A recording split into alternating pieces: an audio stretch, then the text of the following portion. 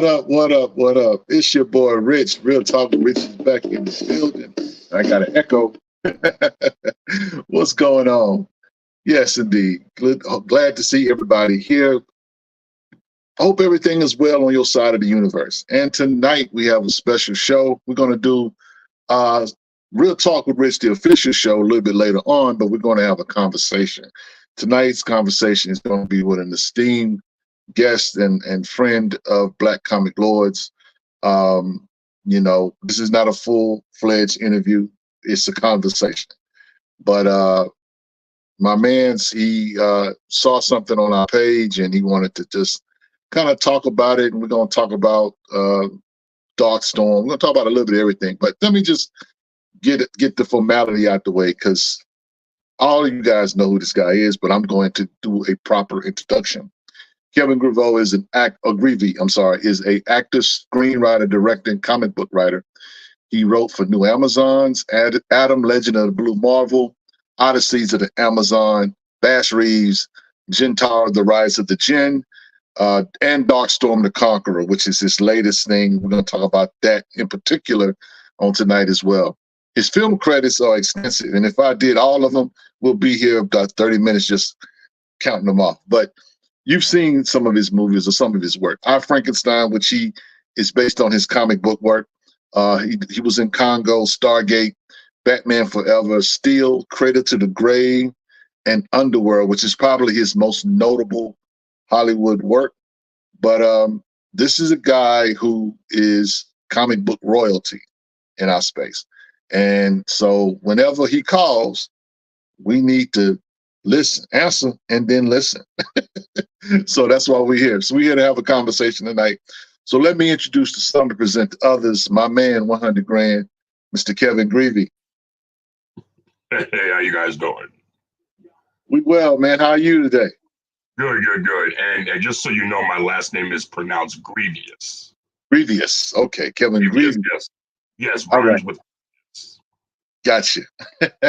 So I see you got your Vikings gear on. Oh yeah, you guys, I gotta represent, right? Yeah, you guys won today. I'm like, man, y'all making. Yeah, Minnesota is the place where quarterbacks go to revive their careers. First,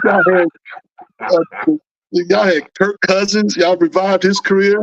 Now y'all got Sam Darnold doing the doggone thing out there, man. It's all good though. It doesn't do us any good. We ain't got no jury yet. Mm-hmm. We ain't got no jury yet. So.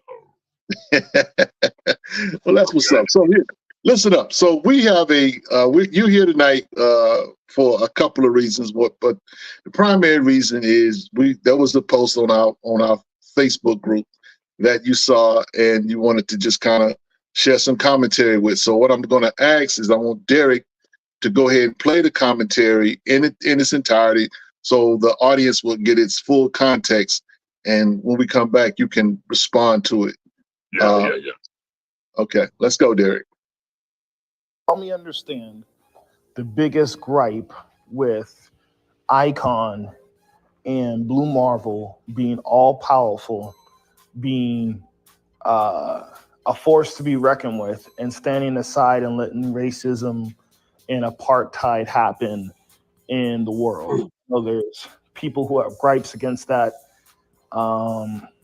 against those two characters. And I just want to hear your opinion on that, because I'm trying to have an insert character that's going to answer that.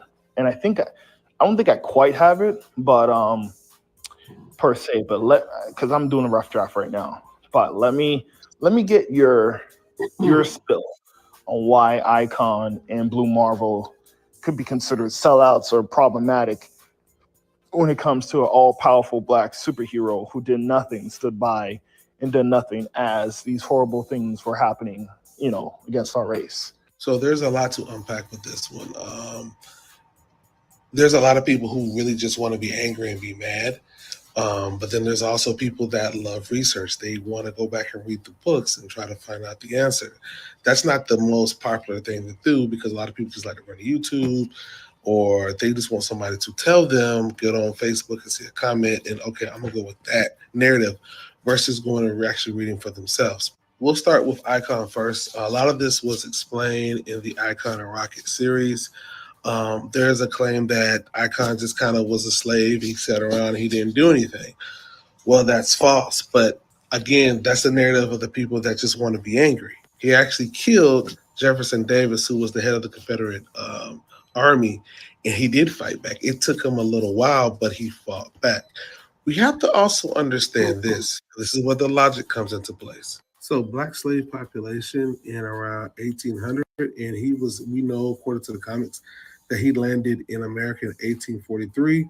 You can give or take anywhere between 6 million and 7 million people. So at first glance, okay, 6 to 7 million people, cool. I'll just fly up into the United States White House Capitol and immediately threaten the president and threaten certain individuals in power and say, if y'all don't stop slavery, you're going to do what?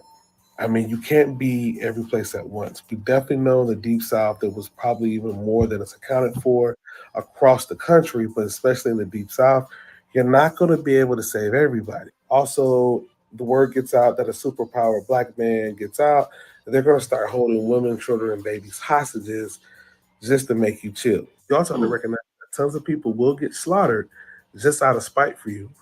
You being an icon, of course. And whatever they can't do to you, they're going to take out of your people, which is going to drastically reduce the population. You are going to save a lot of people, but a lot of people will die. A lot of people. It's also problematic because he's a conservative. He also followed Abraham Lincoln, who also freed the slaves. And you also got to understand at that time, the Republican Party freed the slaves. Rocket is a liberal, and their relationship, at first was very problematic because they just didn't see eye to eye. And then there's some people. There's always that batch of people that's like, well, he's not really black, he's an alien. Well, the pod that he arrived in, like Superman, but unlike Superman, actually changed his DNA at the cellular level to match that of a black person. So, yeah, he's black. If you put his, blood under a microscope, it's probably going to be some alien stuff in there, but there's going to probably be some Negro blood in there, too. I'm half black. Ain't no such thing as black. When you have chocolate milk, what kind of milk is this? It's half chocolate. Ain't no such thing as half chocolate. It's either chocolate or it ain't. So he's problematic with a particular set of black people, and I get it. But anyways, let's talk about Blue Marvel. Kind of the same scenario, right? You're the only black person in the world that can do what you do. You're basically America's Superman. I mean, it's the 60s, early 60s. T'Challa's not even the thing. T'Chaka is actually a thing, and he's really subjugated to just really Wakanda. That's it. The Avengers don't exist. The Fantastic Four just got started.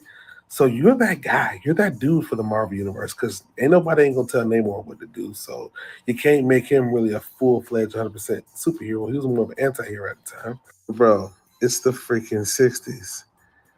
The man that's saving your kittens out of trees, the man that's doing this, that, and the third, and Hulk's not even around. Hulk don't even want to show up when he's in there. When he's in that area, Hulk make sure he don't come there, bro. Like this was that dude in those days. But it's a black man.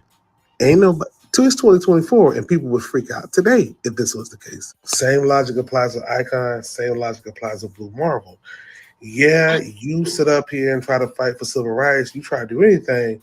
There's going to be what's going to be millions of, probably a million or so black people that are taken out just off of spirit, just spite.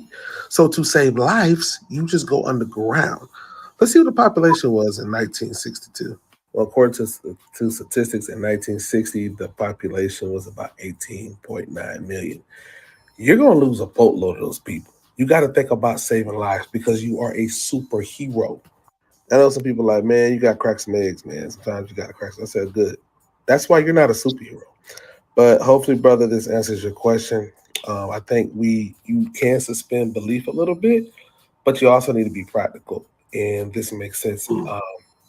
I wish there was a way for them to just wipe it all out all at once. Obviously, slavery was a horrible choice by America, a horrible choice by humans, period. Yeah, I learned a lot. I had to go back and do a little bit of research. Don't be scared to do research, though, man. We out. Peace. All right. So Yeah. you saw that. I saw that. You know, Yeah. when I saw it, I was just kind of like, okay, oh, wow. And then you hit me up. And so Right. just give me your thoughts, man, as to what do you think about what was said and your perception on this. Yeah, I think it's it's always a cool topic to talk about. I know a lot of people hit me up when these miniseries came out back in 2008. And, it kind of cut people a certain way because, the first issue debuted the day after Barack Obama got elected, the first Black president. You know what I'm saying? Yes, So sir. they were really eager to, read it. It was kind of poignant back then. But a lot of people had problems with the fact that, well, with all that power, why did he disappear? Why didn't he just, do away with what was at that time Jim Crow, things of that nature? And, what I try to tell people is, number one, it's a comic book and it was retconned into a pre-existing universe. You know what I'm saying? So whatever I do has to fit into what we know has already happened in that universe, and I try to tell people there is a difference between fictional reality and cinematic or comic book reality and real reality.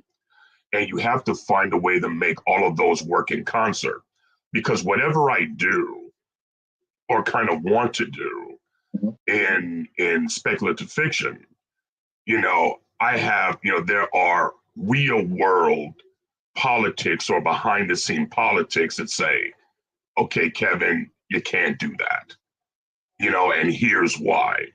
And so my thing was, if the Blue Marvel was real, given the fact that he has, like, let's say, Judeo-Christian values, the fact that he was a child of not really the 60s, but the 30s and 40s, and how things were back then, how you had to comport yourself as a Black man, as a military man, as someone who was trying to make the world a better place, and then became a superhero. Can I just, basically exert my power like that and tell people what to do? That wasn't a good choice for me to make creatively. You know what I'm saying? Not given the fact that it would have had to have been addressed, now, later on. And Marvel's not going to do that. So what I did is come up with, hey, look, he knows if he were to, basically take over like that, the world would become a different place. I even had a storyline within the miniseries that I wanted to do that explained that more. But, Marvel only gave me 6 issues to tell the story. It was originally 8. And then I got 6 issues, and then Marvel knocked it back down to 5. So I had to cut out a whole lot of stuff that would have explained what a lot of people are complaining about. And there you would have found out that, the reasons why. I mean, he explained some of it. The fact that, if I do that, what is the Black response going to be? Then what is the white response going to be? Then what is the US military response going to be? Then what's the Russian response going to be? You know what I'm saying? Because they kind of know that if there is this superpowered Black man running around, knowing that we're in the thick of Jim Crow, and he's basically making a statement, well, he's basically putting the whole world on notice. And now that could send everyone into nuclear alert. So rather than, deal with that, rather than deal with the fallout of doing something, forcing the government to make this decision, have Black folks force him into a position where, he has to be a hero for them and them alone, or white folks being afraid of him and then taking it out on other Blacks that, like I said, back in the 60s, he said, you know what? I'm going to obey the presidential executive order or eat it and just stand down. But one of the things that did not come out that I tried to address later was the fact that Blue Marvel only agreed to not engage in public service as a superhero, but he was working behind the scenes.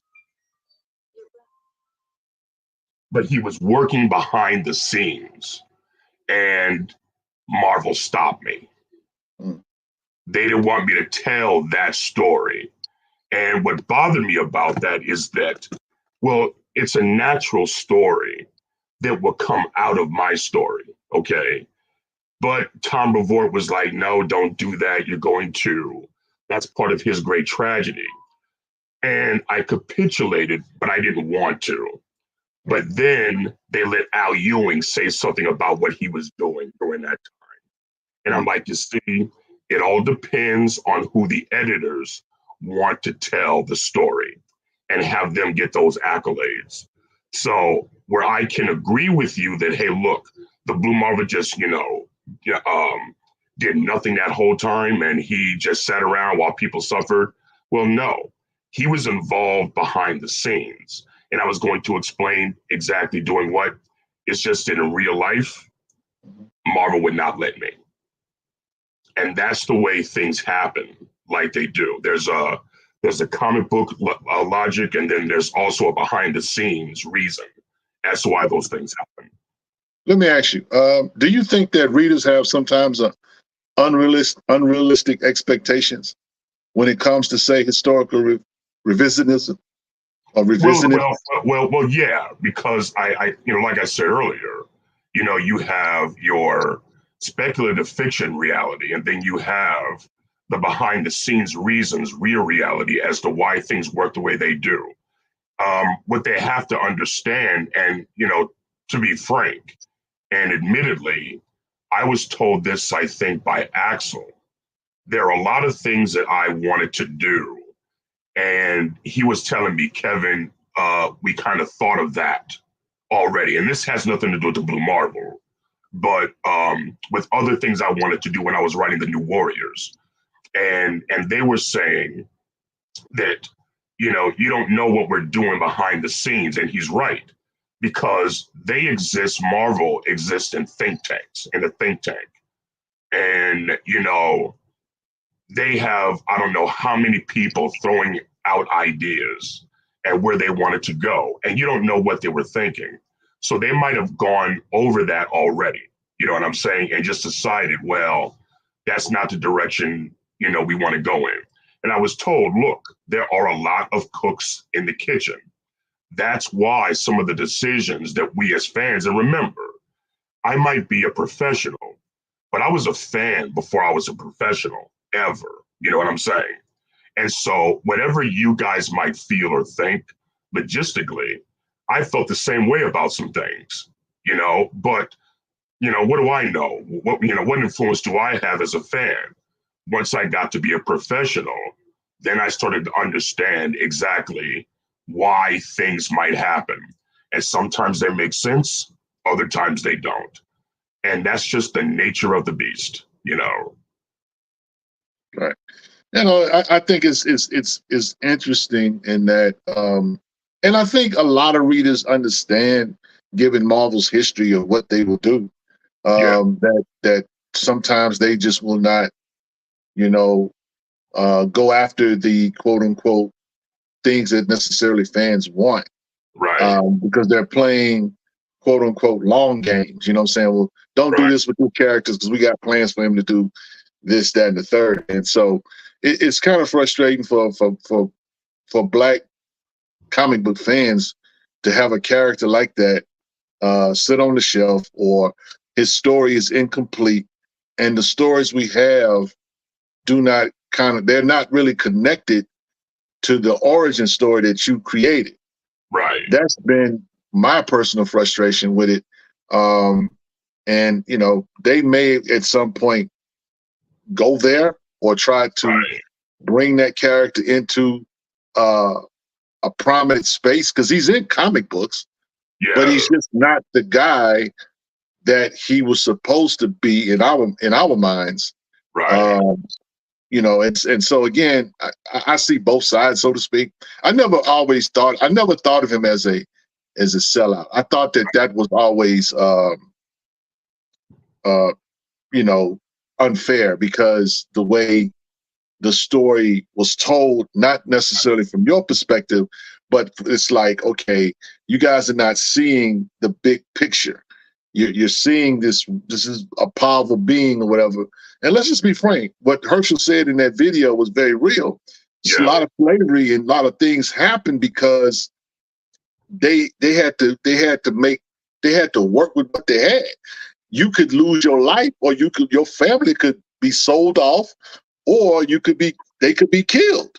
That was a real reality for a lot of people in those times. And so to say that, well, he could come off, he could do this, he could, that's almost like, that's not far, that's not logical when you think about the whole totality of the history. Because if you can't cherry pick the history. You got to tell the whole history. And I think that's where some people lose it. They don't want to necessarily look at the whole history of it, because this system was not in place to just be a one-hit quitter. This went on for 2.5 centuries. Exactly. That's a system. I mean, look. When Icon came out, I even had my own questions. I mean, it was true that he had been Black longer than anyone alive.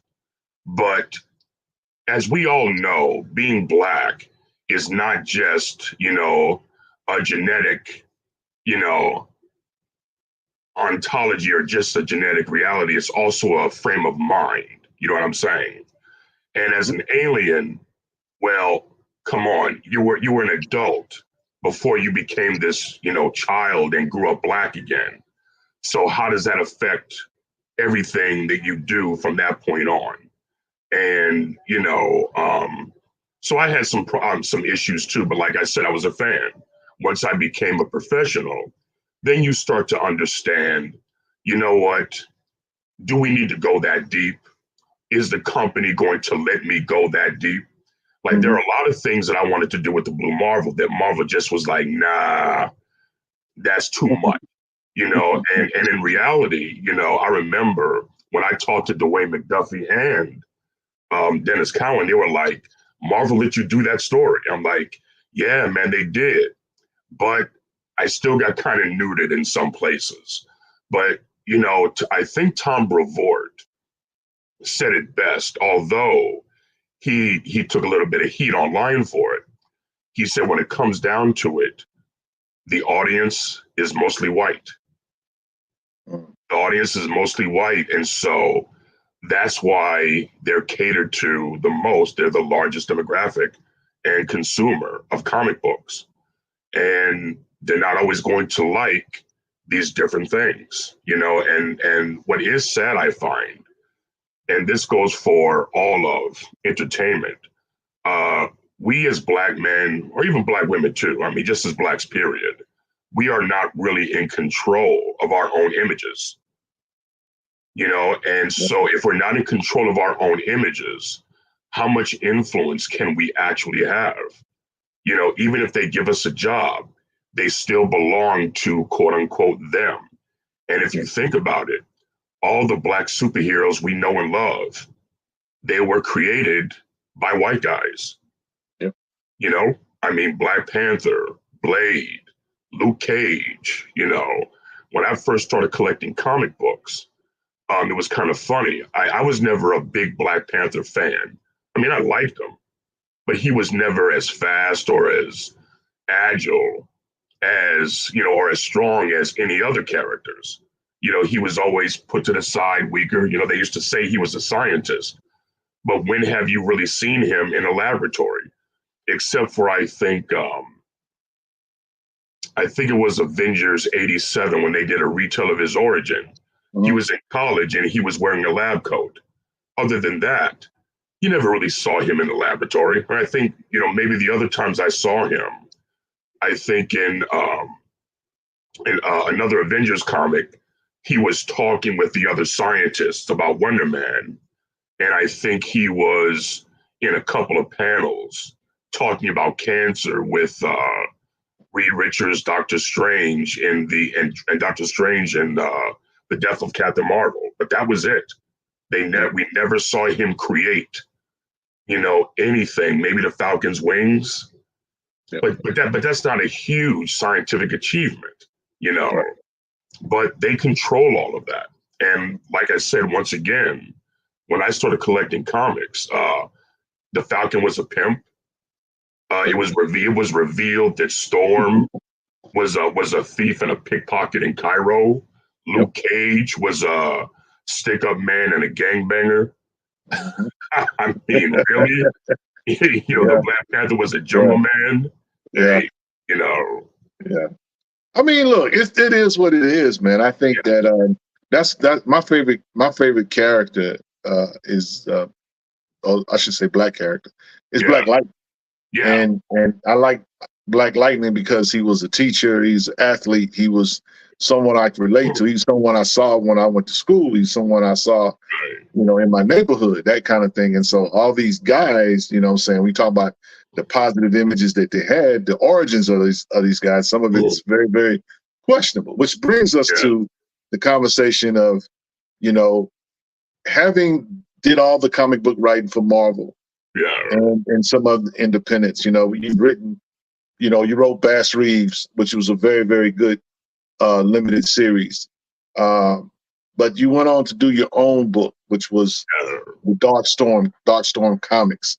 Yeah. And just recently, Darkstorm 2, or Darkstorm the Conqueror, I should say, issue 2 just came out. Right. 96 pages, action-packed for sure.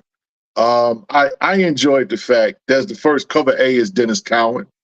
I think I'm a Dennis Cowan fan, so I'm gonna be biased. Yeah. For issue 2, for issue 2, Dennis did the cover A. Okay, yeah, that's right. He did the cover A. Yeah. But I gotta say this is a very, very quick read. It's 96 pages, a big full graphic novel, guys. I read it and wanted more. Yeah. And so what I enjoyed most about this book is that this is a comic book fans comic. Comic book fans a lot of times like action. We have certain fans who's like, man, I don't really like a comic book that doesn't have action in it. It needs to have action in it. This book opens up with Kevin, fighting enemies already. I mean, that's how page 1, that's how we go into this thing, right? Right. And so it literally is like maybe 10, 12 pages of just action. Yeah. And so it was very, very good. But then you got some interesting story elements in this. But I wanted to ask you, given the different things that you touched on in this book, what is for those who may have an interest in getting this book, what is the overarching story thing for this book, if you can tell us? Yeah. The overarching story thing is one that's tried and true, which is with great power comes great responsibility. But Darkstorm exists in a universe or in a world where the superheroes, maybe even unbeknownst to them, are kind of on the take, with the government. Someone who is feeding them targets, in which they can be good guys. Not that they're all bad guys at all, but they really don't use their powers to help humanity at large. And Darkstorm, being, an American military man, a Marine, his thing is like, that's not right. You should be willing to help all people, and especially those in the third world. Right. So while you guys are picking soft targets and cherry picking where to do your best work, I'll go all over the planet and do the best work. And I don't care about, sovereign border states or politics, or we're not allowed to go here because, even though this villain did bad, we can't break international law. He's like, forget that. I'm going in and he's going to stop whatever malfeasance he's a part of, and I'm going to take care of it. And that's the kind of hero Darkstorm is. So he doesn't fall in line with the, the way superheroes work normally in this world. He does his own thing to the betterment of the little man. Right. So what I like about Kev is the main character, the protagonist. He's being pulled in different directions, though. Yes. And in your writing, you kind of show us that it's not just the situation with the superheroes, but it's smaller things like a reporter requesting an exclusive interview with him. Yeah. To joining this group called the Guard, which is a problem for his buddy Davey. So exactly. I enjoy just his navigation. He comes off as not 100% sure, but he's very passionate in the direction he wants to go. But he does acknowledge these different parts that or these different areas of people that want to grab at him. And so I found that to be very interesting. I want to talk a little bit about Davey, which is his buddy. You said that he's a Marine, and so I'm not in the military. I have family that served in the military, and that kind of thing. And so some of these guys, when they come back from seeing action or whatever, they have issues. And so Davey is dealing with some substance abuse, or he's not taking his meds because of what he went through, whatever, right? Yeah. But Kev he's is real suffering close from he's suffering from PTSD. Okay. Just like Gage is. And he still recognizes that Davey's one of his best buddies. And the thing they have in common is that they both survived the cataclysm which killed their entire unit.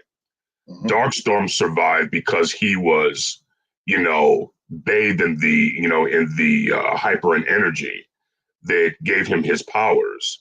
And since Davey was injured at the time, he couldn't go on the mission. So they're both suffering kind of like a survivor's guilt. Yeah. But, the way Davey looks at it, at least Darkstorm, Gage got some powers out of it. And he has nothing, no unit. His PTSD is keeping him from functioning, properly, and he doesn't know what to do with himself now that he can no longer be a soldier because of his mental condition. And so Darkstorm has to deal with that because in a way, he kind of understands how he feels. Right. And I shout out to you being a Howard grad. You put my man's in the Howard shirt. I see you working. I see you working. But that was a very interesting thing with Kev with Davey because as somebody who has survived cancer myself, I deal with some of that survivor's remorse. Because you see people go through something similar and they may I had one of my closest friends died from prostate cancer, and I had went through treatment and that kind of thing. The Lord healed me, and my friend he suffered for nearly a year before he passed away, and so I deal with that. So I sympathize with Davey in that regard, and it's interesting that when you have friends or close associates with you that in particular with this being combat. Right. How you may be somewhere completely in a different stratosphere, but you don't forget those that were in the foxhole with you. So I just kind of dug Kev's connection with Davey, that he didn't forget about him, that he stayed in touch with him, and didn't decide to do his own thing and forget about those who kind of were left behind. Exactly. So, but let's talk about my opinion. Let's talk about your nod to Adam Bashir in the Darkstorm universe. Vegas. Now, I listen. You did not hide nothing. Exactly. And so I just, first of all, Megas is very dope. And so I'm just curious, are you going to do some other things with him, or will Magus have his own book? He will have his own book. Believe me, I'm working on it right now. I already have 40 pages drawn. And so yeah, I'm working with a lot of cool concepts, basically taking what I was going to do with Blue Marvel and, putting them into Magus. But understand something. Magus, in an off-kilter kind of way, is the character that I created before Blue Marvel. You know what I'm saying? So it had it went through some, different permutations to get to Blue Marvel. And so, I had this dossier about Magus that I created. And so I basically took a version of that and gave it to Tom Brevoort and, put the Blue Marvel in it, Adam Bashir, blah, blah, blah. And it's kind of like a little pitch deck, a combination pitch deck and dossier that if, Magus or now Adam Bashir were real, how would the government respond? And so this is the actual government file that I created, and it's really how I got the job to do Blue Marvel, because I basically had a packet where I had that document and I wrote a spec script and a proposal, and they loved it and just snapped it up. So yeah, Magus. I see someone saying Magus was created in part when I was a teenager. At first the character's name was Nebula, then I called him something else, and finally settled on the title, the word Magus, the name Magus.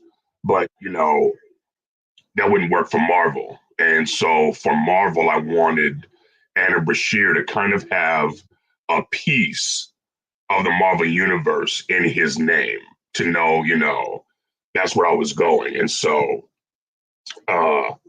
the reason I called him Blue Marvel is because, like I said, I had originally called him Mr. Marvel.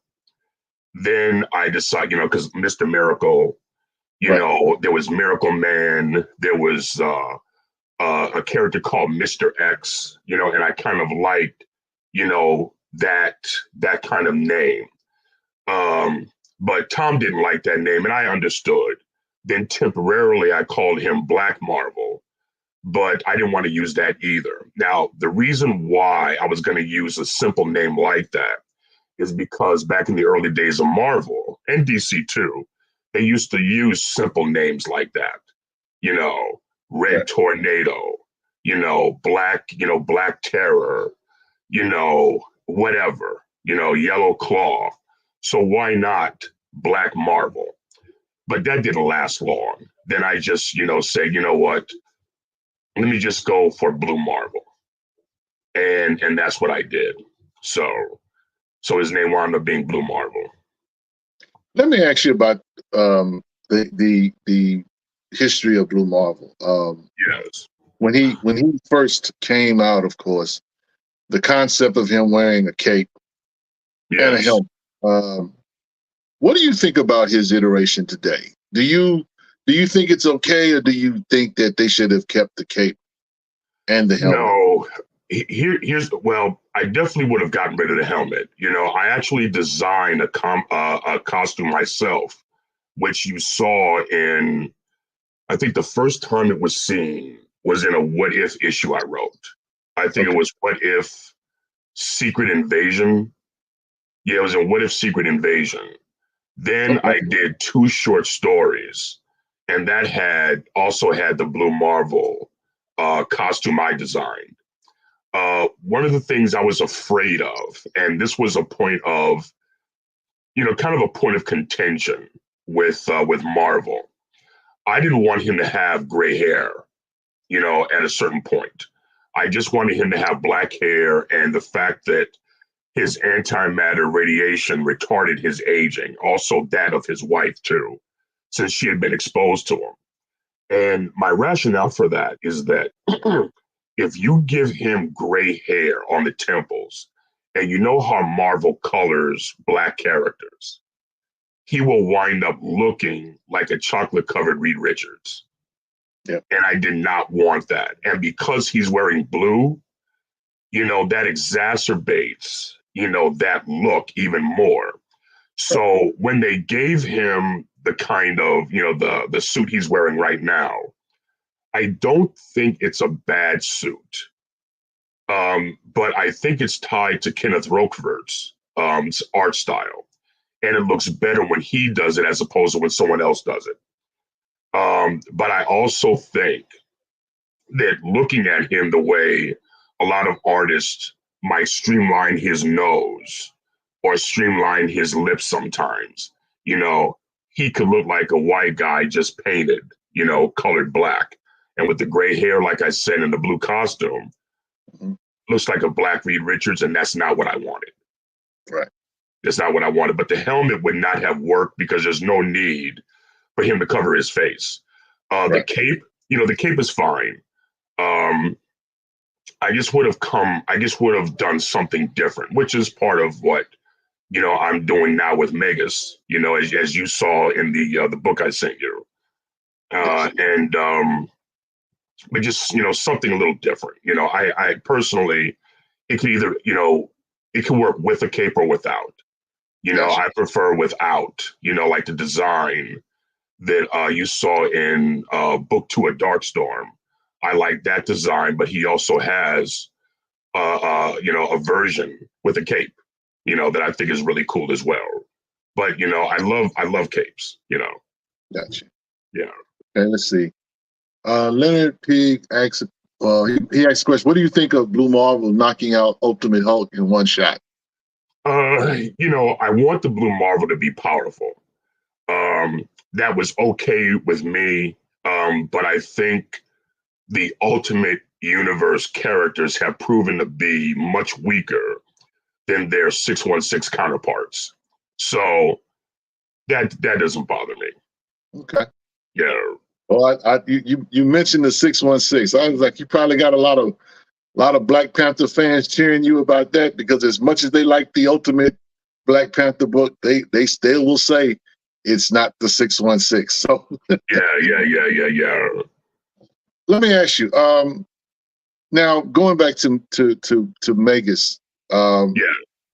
You've woven a lot of, not a lot, but you've woven elements of scripture and spiritual themes in your story. Right. Well, matter of fact, there's a part where Megas shares a scripture that his grandmother told him, which is Matthew 6:3, which is, don't let your left hand know what your right hand is doing. And that's a scripture in essence about giving. Right. And then there's another part where you talk about having the mindset of not being so heavenly minded that you're no earthly good. Right. I thought that was pretty dope. So let me ask you, how has faith played a part in your storytelling? Tremendous. Like I said, these are heroes that, that are blessed with a lot of power. And, one of the things that the Lord does tell us, too much, who is given, much is required. You know what I'm saying? To whom much is given, much is required. And so that means there's a certain aspect of selflessness that you have to have, which I think superheroes ought to epitomize. I also think too, it's about having perspective about the entirety of God's creation too. You know what I'm saying? And in a sense, having respect for it, having your place in it, even though you might have a lot of power, who has the ultimate power and who must you ultimately bow to and give obeisance to? And I think that's one of the things I like to talk about thematically in a lot of things that I write, especially since, we're talking about what are essentially vigilantes here, and power that can be abused. Now when we're more specific, like let's say in Bass Reeves, a lot of people like to look at God as this big grandfather in the sky who is there to give you what you want, name it and claim it. Right. And I was part of that for a while. And that is decidedly unbiblical and unscriptural. You know what I'm saying? Sir. And so it's, you have to look at the flip side of God's grace and and grace and goodness, which is exemplified through Jesus Christ. And you have to look at his judgment as well. You see what I'm saying? Yeah. And that's one of those things that we should be very mindful and respectful of. And so within my writing, I try to have an attitude that has a biblical worldview. Not everything has to be about the Bible or scripture, Mm-hmm. but I think it does have to reflect a biblical worldview, is that in that good is good and evil is evil. You know what I'm saying? Yeah. And don't mix the two. That doesn't mean you're not going to sin. That doesn't mean you can't have characters that struggle. But I think you don't want to call good evil or evil good. That would be wrong. Yeah. So let me ask you this. What is your thoughts about anti-heroes or the perception of anti-heroes? I know me personally, I don't care for them, to your point, because to me, I want my superheroes to be heroic. I want my villains to be villains.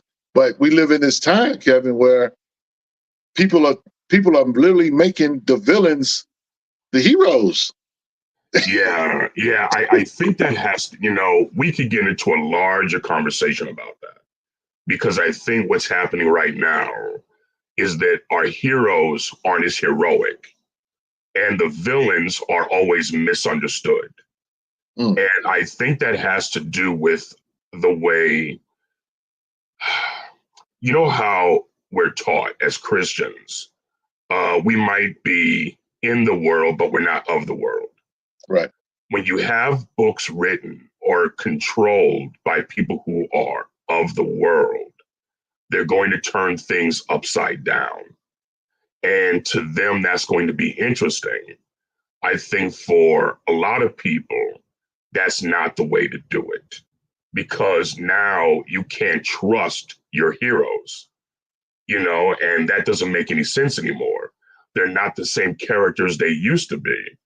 And a lot of people who are advocates of that say to themselves, well, you have to do things to shake the heroes up, to shake the books up.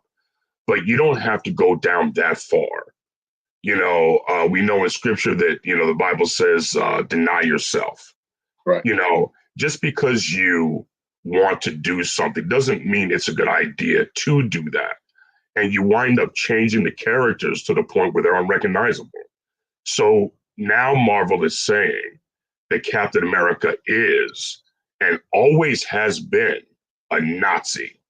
Do you think Jack Kirby and Joe Simon really did that or would have liked that? No. Not at all. And the Captain America that's running around right now is not the real Captain America. He was pulled from from I think it's Kubrick's time stream or whatever it was. And he was just a manifestation of who people thought Captain America should be, and not Captain America, himself, which is ridiculous. But hey, we don't own these characters. No. And if this is what they want, that's what they want. But that's the reason why the books aren't selling like they used to. I don't think people trust the big two anymore. So yeah, I mean, and which is in my opinion good for the independent creators like yourself, that you have your own brand.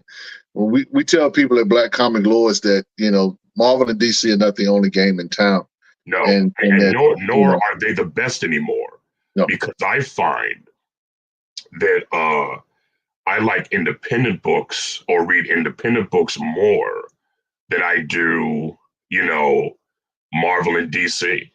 I mean, the last, what independent book was I reading? I was reading Ragnarok, okay, by Walt Simonson. I thought that was excellent. I have always liked Planetary. You know, I don't buy many books now anymore because I haven't liked them, but I haven't been to the comic book shop in quite some time. Yeah. But there have been good independent books that I think are well done. I think there's one called The Department of Truth. Yep. That I looked at. That was pretty cool. But yeah, oh yeah, Rodney Barnes is doing some great stuff with Blackula, you know.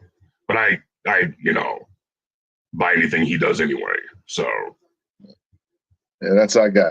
yeah, exactly. So let me ask you, you went down last Saturday, I want to say, to Alpha Omega Con, which is like, assuming a Christian themed con. Yeah. So I want to just ask you about your experience about that, you know what I'm saying? Because I know that Christian cons are not as popular as the mainstream cons. Exactly. And so I just wanted your thoughts about it, because when I saw that you were going, I said to myself, maybe I need to make my way to one of these to just check it out. So I'm just giving your thoughts about it. Well, I mean, it's Christian themed in a peripheral way. I think, the people who create the comics, seem to be Christians. Mhm. That doesn't mean all the content is Christian content. You know what I'm saying? Yes, sir. Really what it is, it's more of a fellowship group. You know what I'm saying? In which people, have a similar worldview. And I think that's still good, mind you. I think that's still good. But that's what it is mostly. We might have panels, and it was put together by a guy named Rick Miley, I think. Good guy. And, pastor out there. And I think he's done a wonderful job, bringing this thing to fruition and making it something that a place where Christians can fellowship who are in the arts, because a lot of times, Christians don't seem to have a place to go to express their art and their faith, because there are a lot of people who are judgmental who don't think Christians should even be doing art. There have been people like that, and that's not necessarily the case. Like it does make you think though. And I think there are things that, we as Christians should stay away from and can't do, or at least have a Christian worldview about them. Like for instance, if I don't like mysticism because of what the Bible warns about mysticism and sorcery. So if I use sorcery in one of my books, I give the biblical counterthesis to that and really talk about it being evil and that we should shun it. So, you know what I'm saying? So like in Jantara, for instance, he or she, has inherited this, what we now know is a demonic power, but she rejects it in favor of something biblical. You see what I'm saying? Yeah. And that's what I try to do, Yeah. And Rise of the Jinn is also available on your website, or can they direct message you to get that as well? Yeah. You have to direct message me until I get the website situation straightened out. Okay. So just let us know. We wrap this up, man. What's next for Kevin Grevioux? Man, I got a whole lot of stuff. I'm directing a new film that I start in December. It's called War Dogs. Okay. Sold a TV show recently to a company I can't tell you who. I'm doing more comics, more independent comics. I'm going to come up with another Kickstarter soon. Years ago, I put out a book. I think it was maybe 26 pages. It was called The Vindicators.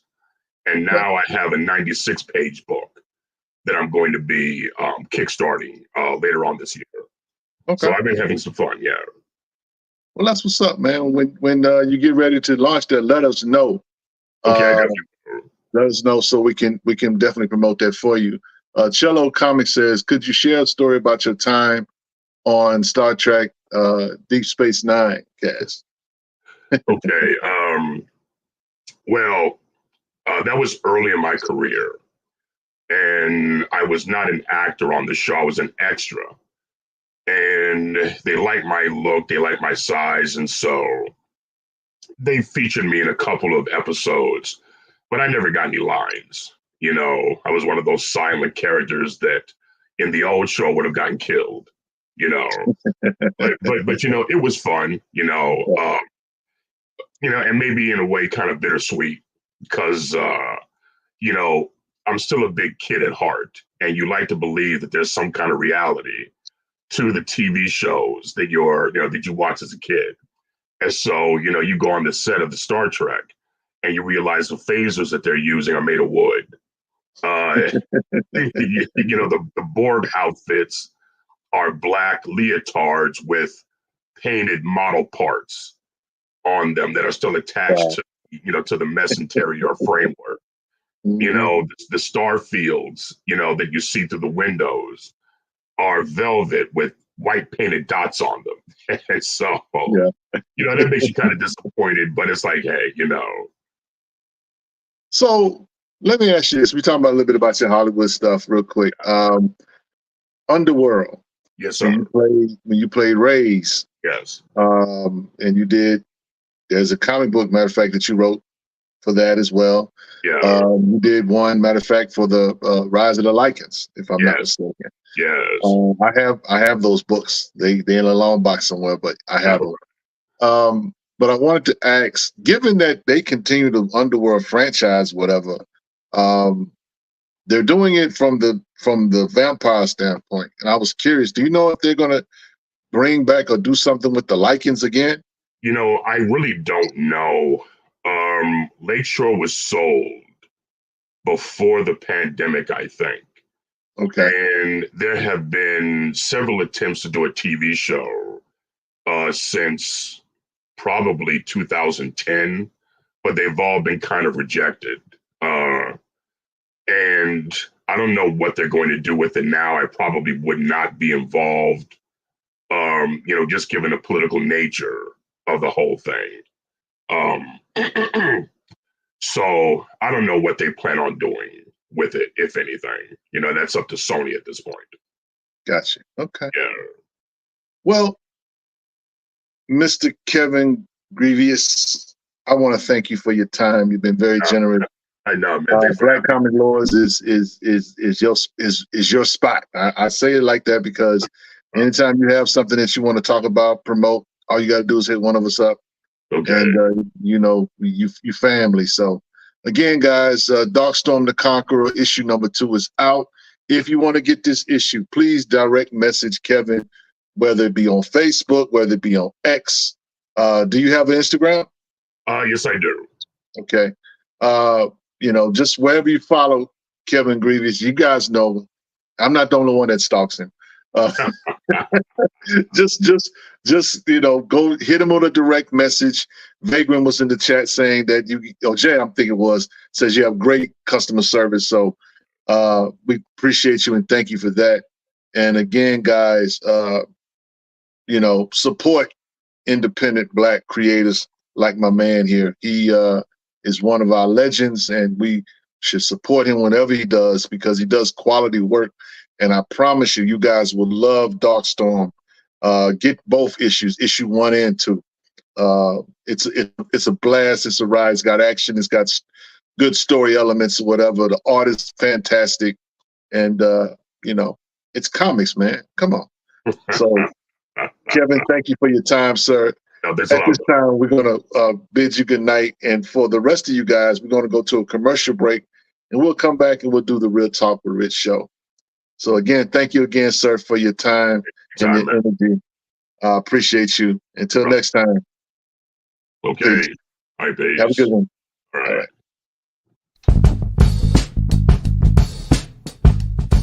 This week in Black History, Black Comic Lord celebrates the artistry of Dennis Cowan.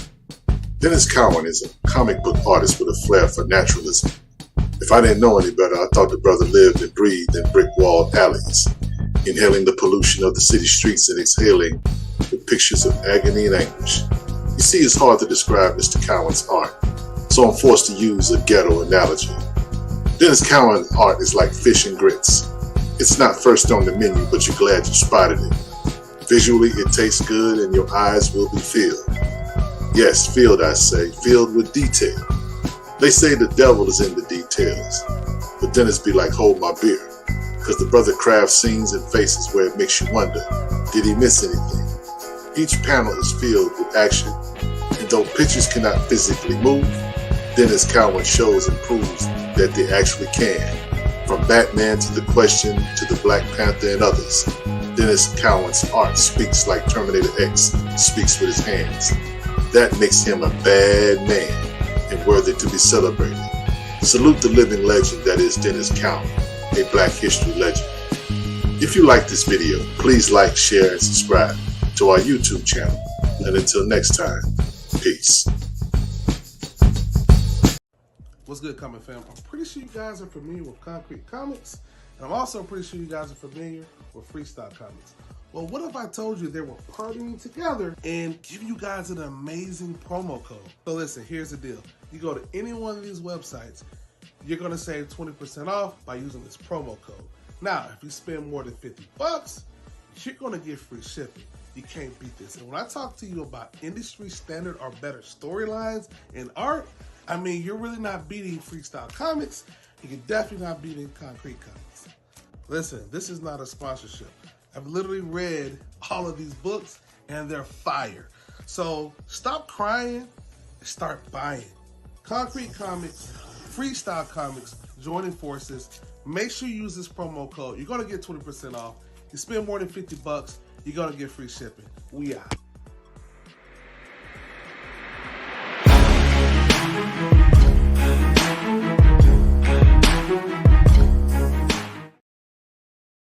We back.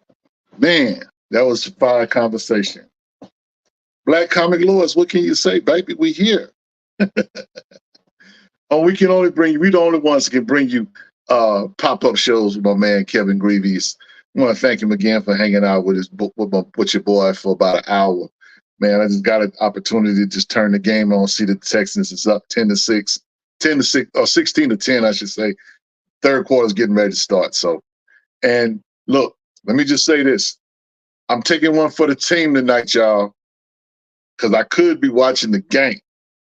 But I'm here with you guys because you guys are worth it. You guys are my squad. I love you guys. And man, we gotta be here. So I'm here tonight with y'all. I just had a birthday. And so shout out to me and happy birthday to me. Yeah, 57 years young, and happy to just be here. I'll just say it like that. Man, what's going on, Frustrated? He said, I'll watch it for you, Rich. I know you feeling pretty good today. Washington Commanders won today. Yes, they did, in good fashion. In good fashion. That was a good game. Shout out to the Cowboy fans. Y'all really thought y'all was good? Y'all thought that game last week was the indicator that y'all were good?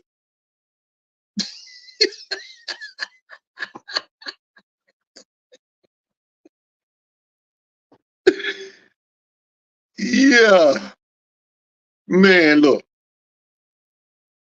Y'all just made David Carr, or y'all just made Mr. Carr look like a superstar. I thought that was Drew Brees out there today. Because he just punched all kind of holes in that Cowboy defense. Shout out to Kamara, 4 touchdowns. Yeah, y'all not as good as y'all thought y'all. And in the immortal words of Coach Dennis, the Cowboys are who we thought they were. Yeah, they are who they thought we were. And we let them off the hook. Yeah. Boy, talk radio tomorrow is going to be hilarious. So anyway, what's going on, y'all? Man, look, Real Talk with Rich, again, I want to thank my man Kevin Grevioux for hanging out with us tonight. I want to say what up to the chat, man. I hadn't had a chance to say what up to the chat. Jay the Blur, what's happening? Frustrated as always. T1000, thank you for the birthday wishes. Brooklyn, Amistad, what's going on? Pericles, as always. Mawan, you said stop hating. Yeah. Appreciate the Jada Bird says mine is Friday. I'll be 42. That's what's up. Happy birthday, my brother. Yeah, September in the building. Moan says, you sure you're not here because you know that team is getting clapped tonight? Anyway, we got the lead right now. Man, don't sleep on CJ Stroud. That boy the truth. Don't sleep on that dude. Yeah. Eldar says, great interview. Yeah. And T1000. I appreciate that. That really wasn't really an interview, you know what I'm saying? If that had been Paul, he'd still be talking to Kevin. They'd be still on the first book. They'd be still on the first subject. Shout out to my man Paul. But anyway, what's going on, Steeler Nation? Listen, I'm not mad at the Steelers. You know, you guys, man, y'all got Russell Wilson for a carton of cigarettes. I'm not mad at you. Shout out to the Denver Broncos who are just, they just got money to just give away up there in Denver, man. They are paying that dude to pay for the opposing team. That's how bad it was in Denver. So yeah, shout out to Russell Wilson. That dude there getting it. He said it's always good. Professor says it's always good when the Cowboys lose. I like when the Cowboys are good. I like it when they're good because, again, the NFL is just better when the Cowboys are the villains, you know. But today, bruh, y'all thought y'all had a top-notch defense. Somebody misspoke. So anyway, Robin Monroe says, thanks for having Kevin on tonight. You're most welcome, sir. And that's what we're here for, you know what I'm saying? Moan says, stop hating on my boy. I'm not hating. Listen, I love the Cowboys. I have an interesting history with the Cowboys. Let me just break this history down and I'm going to get to the show. So I have family in Dallas. I live here in Fort Worth. So I grew up in Houston, though. And so growing up in Houston, I used to have to watch the Oilers. But before the Oilers were, back in the day, the Oilers were very terrible. This is before Earl Campbell, okay?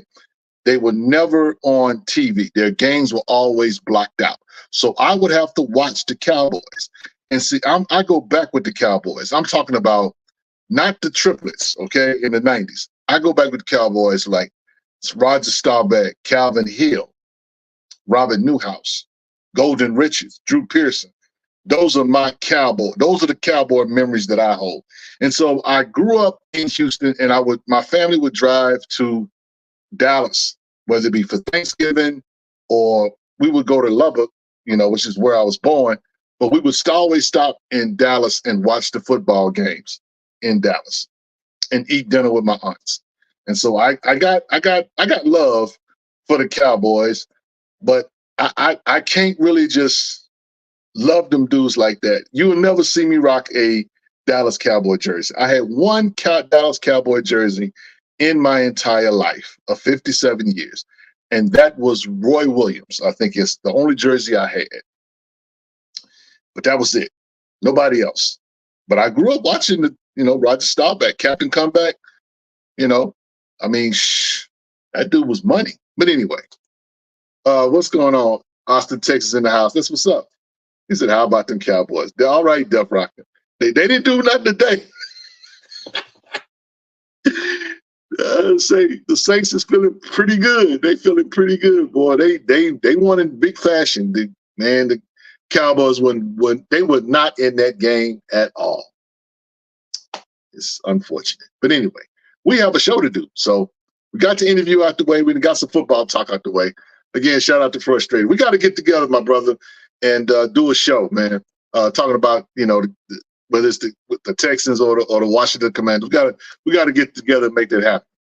But we got a show tonight, you know what I'm saying? Low-hanging fruit, that's a segment of our show where we talk about the news and things of that nature. But before we get to the news of the week that I want to talk about, I want to just take a little time to talk about the GOAT, the legend, the icon, James Earl Jones, who just passed away a few days ago. James Earl Jones is a part of all of our childhood. This is a man whose career is very extensive.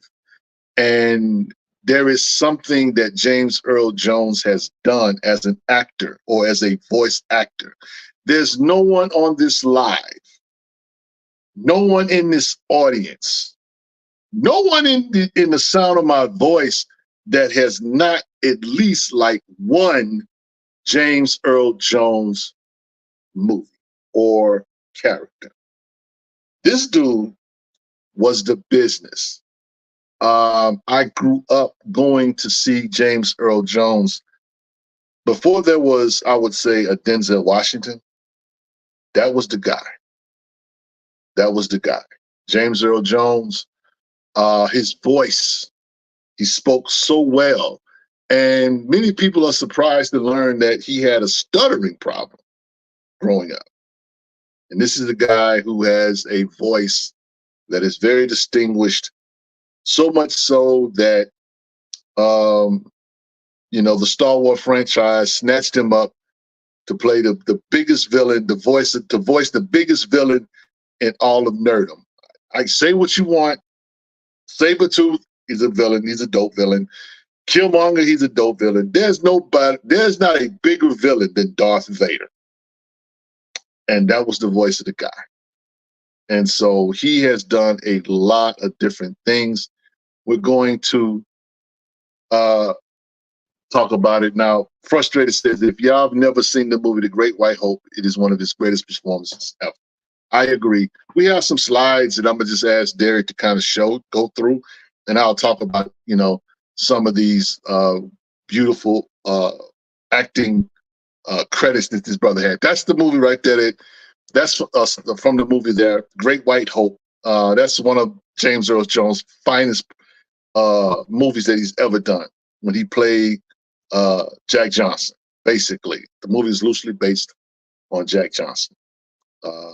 So yeah, that there. If you wanna, see a real cinematic performance, go watch that. That's the joint right there. And so that's one of his best movies. Let's go to the next one. What we got next? One of my favorite movies here. If you love baseball, Negro League baseball, how could you not love Bingo Long and the Traveling All-Stars and Motor Kings? Billy D. Williams, James Earl Jones, and Richard Pryor. All in one movie, all-star cast. And this was a movie based on the Negro Leagues and how they, did their thing. And it was beautiful, man. It's one of my favorite movies. I saw this movie not too long ago. I found it and watched it, man. That was, I love this movie, man. If you love baseball and you love Negro League history as much as I do, that's a testament to the Negro Leagues, man. So yeah, for sure. This scene here is from the movie The River Niger. Now let me give you some history on this particular movie. The River Niger is a movie that came out in the early 70s. And it's basically about him. He's the character, he's one of the main characters in this movie, and he's a poet. And he's always talking about this poem. The River Niger is the name of a poem. And my mother and father taught me, or not taught me, they took me to the theaters to see this. I went to go see this at the OST in Houston, one of the Black theaters here or in the city of Houston at the time. It doesn't exist anymore, but back in the day, that was the place where Black folks went to movies. And I saw that movie, and that movie there was, I would say, a component of me becoming a poet, because I am a writer, I am a poet, and his poem that he recited in that, his words, me hearing as a young kid, and I'm like very young, influenced me, and that's why I do what I do. When y'all see the Rich Recommends that I do, the spoken word style or whatever, that came directly from James Earl Jones. He was not an influence in terms of style itself, but me wanting to be a poet that's the movie that connected me to that. It's Death Rock said, you have bars. Yes, sir. Absolutely. But anyway, so that's one of his better movies too. And that's a black movie, all black cast in that movie too as well. Because I think Cicely Tyson's in that movie with him, if I'm not mistaken. So yeah, we got that. And then what else we got there? And of course, Thulsa Doom and Darth Vader. Now, we know Thulsa from the Conan movie, and we know that he voiced Darth Vader. And so his portrayal as a villain in that film was pretty good, you know what I'm saying? Because, one of the, that was, because that's from the first Conan movie. And so with Arnold Schwarzenegger. And so, but he says something in the movie that I thought was pretty profound. He says, faith is power.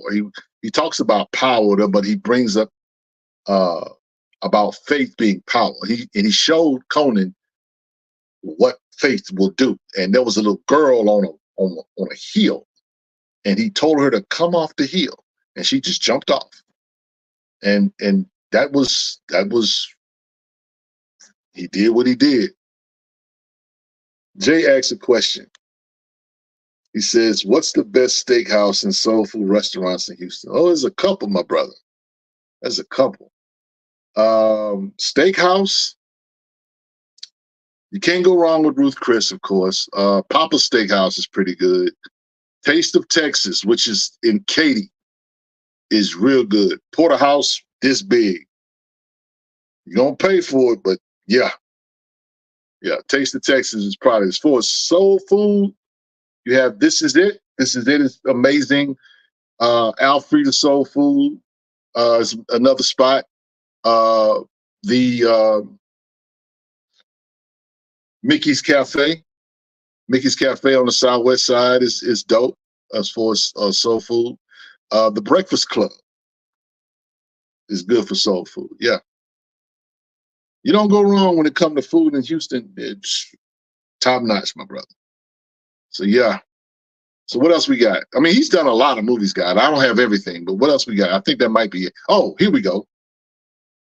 A lot of people don't even think about this one, but he played Alex Haley in Roots.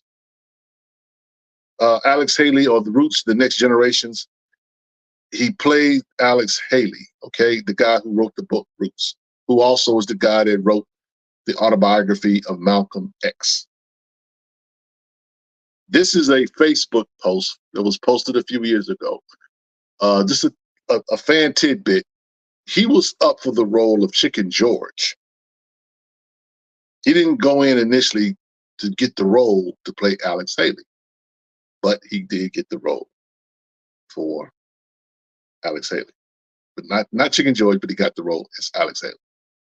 So yeah. James Earl Jones, y'all. James Earl Jones.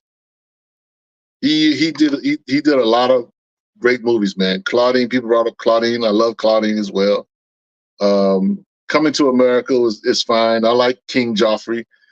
He's fine or whatever. But I mean, it was cool. But when I think of James Earl Jones roles or whatever, I really don't think about Coming to America, even though I like him. Somebody brought up my favorite quote from that movie. "My son works." Yeah.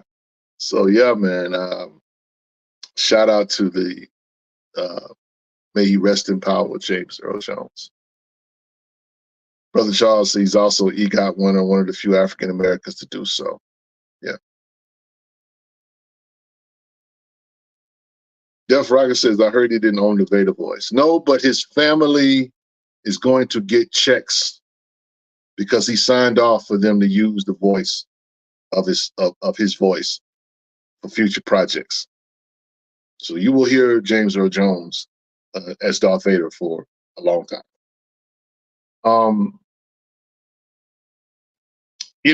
He also did he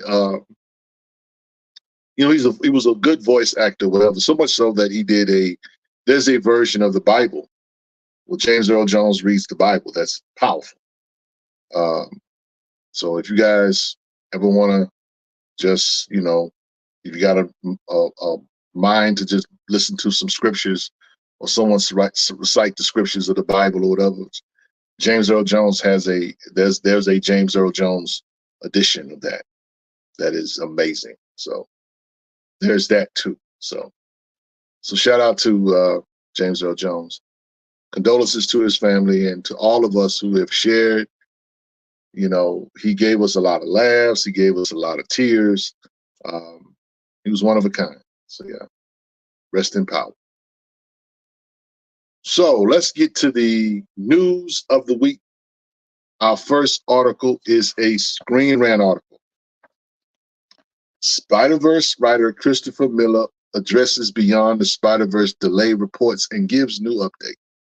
Christopher Miller, writer for Spider-Verse franchise, has addressed reports that Spider-Man Beyond the Spider-Verse has been even further delayed by Sony while providing a new update. Spider-Man Beyond the Spider-Verse, was delayed indefinitely over 1 year ago, with more concrete information yet to emerge from the filmmakers.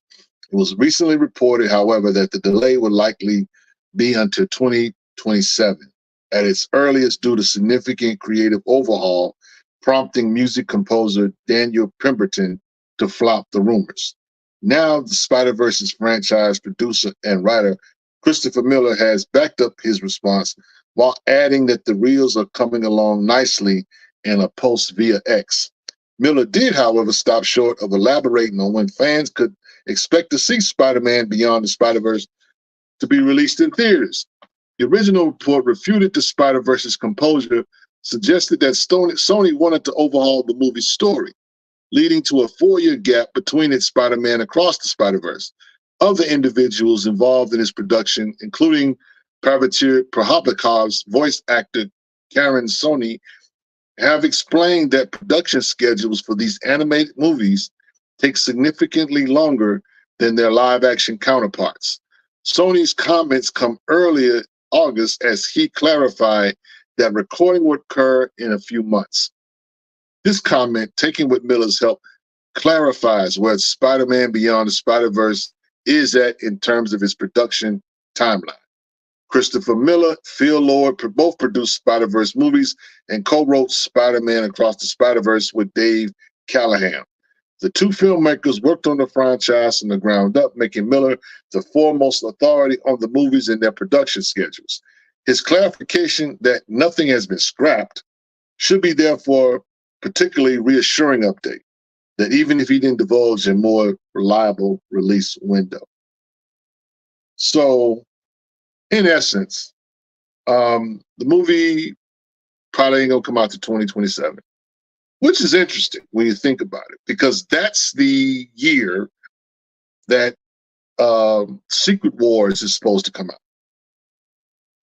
So they're gearing up. Marvel is gearing up. Marvel and Sony, I should say, are gearing up for 2027 to be a bombastic year. And so people are kind of afraid that, oh God, here we go, another delay, that kind of thing. It's animation. It's not just cheap animation. You know, some people say that it takes literally 2 years to make a cartoon for TV. So we're talking about a stellar, you know, high-tech, cutting-edge filmmaking in terms of animation. It'll take a little bit longer. You know what I'm saying? And Sony's not worried about you guys finding something else to do, because they know day one, when that drops, you and me and everybody and their mama are going to be at the theaters to watch that. Period. Say what you want about Miles Morales being a legacy character. Say what you want that he's not Spider-Man. You know and I know, everybody going to the theaters to see this. Ain't nobody playing with y'all. So that's what's up with that. Frustrated says the guy who does the editing on the Spider-Verse said the editing is difficult to do with all the coloring and changes he has. He has a YouTube channel. Well, that's what's up. It is what it is. You know, and again, we've been waiting on Blade. Speaking of which, comic book movie article. This is the troll post of the troll news of the night. Okay, we need to come up with a sound effect for that, Derek. Troll news. Beep, beep, beep, beep. Troll post coming up ahead. So anyway, comic book movie article. X-Men showrunner Beau Demayo reveals detail of his raid-inspired script for MC Blade reboot. Yeah, the guy that did X-Men 97 had a pitch. So check this out. Former X-Men 97 showrunner Beau Demayo has shared some very interesting details of the MCU Blade reboot he was working on before being pulled off the project. Beau Demayo will likely best be known for working and being fired as the showrunner of the Disney Plus animated series X-Men 97, but he also did pass along the script for an earlier take on Marvel Studios' troubled Blade reboot. This gonna piss some of y'all off. I'm just telling you, just listen. Demayo has taken to social media to share some of his concepts for the Daywalkers MCU debut, or what would have been his debut before Wesley Snipes appeared in the Deadpool and Wolverine movie. And like a lot of fans, he wonders why it has been so difficult for the studio to come up with a compelling premise. He says in quote, take a John Wick movie, give mobsters fangs, swap Keanu for Ali, hand him a sword, and not a daughter who makes him fret over swinging the hero's name. Wick cost $20 million to make, add $10 million for the vampire Darkhold Magic VFX, and you have $30-40 million Marvel movie. He says, I don't get why it's so hard. Studio's broken. I wrote 3 drafts and a dozen outlines in 3 impossible months. My favorite was called The Raid. This was a style treatment where Blade finds himself defending a rundown tenement of humans from Varney's vamp hordes until daylight. It took place over one night, and Blade learns from tenant Jericho Drum that Varney is attacking because the female tenant who Blade sort of fancies has been magically impregnated with Lilith by tenants who are secretly Darkhold cultists. Think of 30 Days of Nights meets Rosemary's Baby. Demayo's outline certainly sounds interesting. Yeah. But they can't come up with a story, y'all. They can't come up with a story. So you literally had an idea on the table to bring in Varney and Jericho Drum, a.k.a. Dr. Voodoo. Yeah, y'all ain't want to do that? Y'all ain't want to do that, Marvel? Yeah. Our next article. Our next article is a CBR article. Marvel Comics' latest trip through the Venomverse has just released a whole new team of twisted symbiote heroes.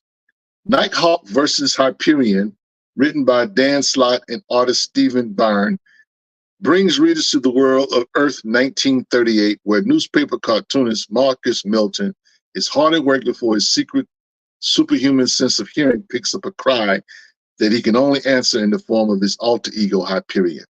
Unfortunately, this call is to help part of a trap set by Hyperion's fellow Squadron Supreme member, Kyle Richmond, better known as Nighthawk, who has gone for desperate measures in order to keep up with his superpower compatriots. To that end, Nighthawk has bonded to a particularly ambitious strain of venom and isn't willing to stop at just one horrid host when it could have the entire army of them.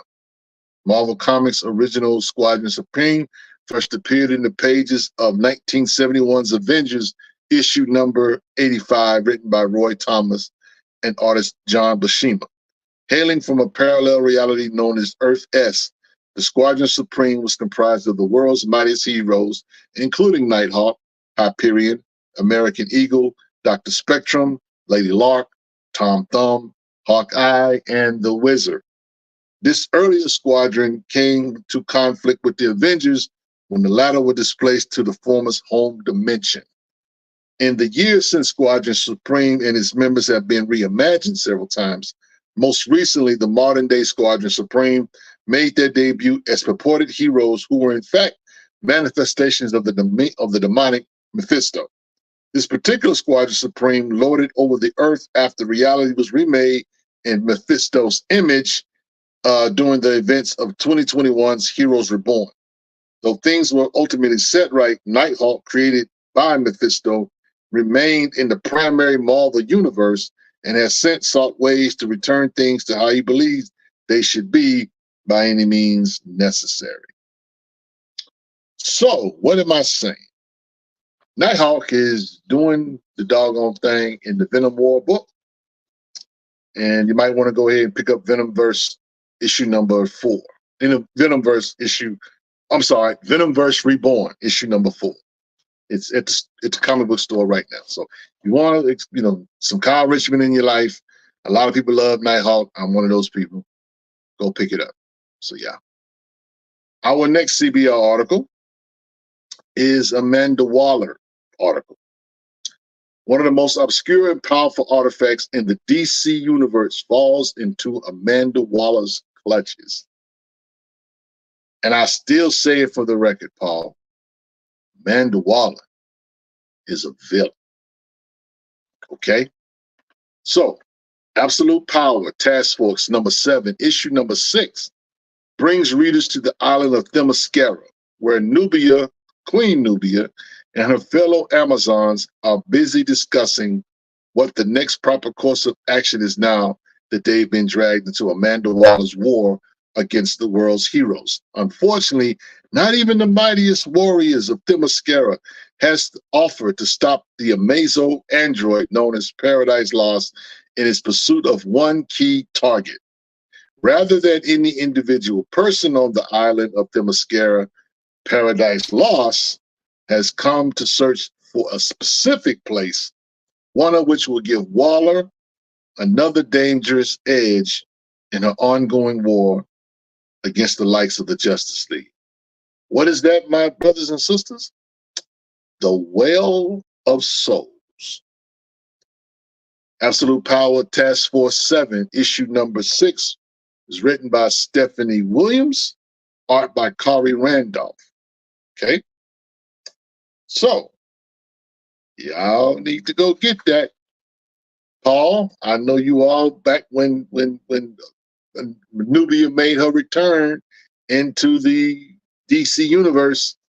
That was one of the first things that was come out. She was the protector of the Well of Souls. Well, Amanda Waller's trying to get the Well of Souls. But that's your girl. That's your girl that's misunderstood. That's your girl that you say has got a motive. That's your girl. Kevin Pitts said Amanda Waller looks very much like a villain. Oh, yeah. Very much so. So y'all go pick that up. I don't want to spoil the book any further, whatever. I just gave you a little tidbit, but yeah. Absolute Power Task Force 7, issue number 6. Yeah, y'all go get that. I did read Absolute Power issue 3, and they're in it. I'm talking about the Themyscirans, Nubia as well. Yeah. Amanda Waller ain't playing with y'all, man. McQuan says she's a goon. Yes, she is. Yes, she is, man. So, that's the news for tonight. Collector's Corner. That's our next segment. There he is, boy. Speak of the devil pops up. He says being tactical is not evil, it's smart. Whatever. Whatever. Whatever. She got Queen Nubia, frustrated. Y'all gonna stop that. You gonna stop that, Paul. Keep holding on. Keep hope alive. She a villain, man. She a villain. You may like her as a villain. Just say that, but don't stop. Let's do away with this. That she's not a villain. She's very much a villain. So, but anyway, Collector's Corners, that's the next part of our show.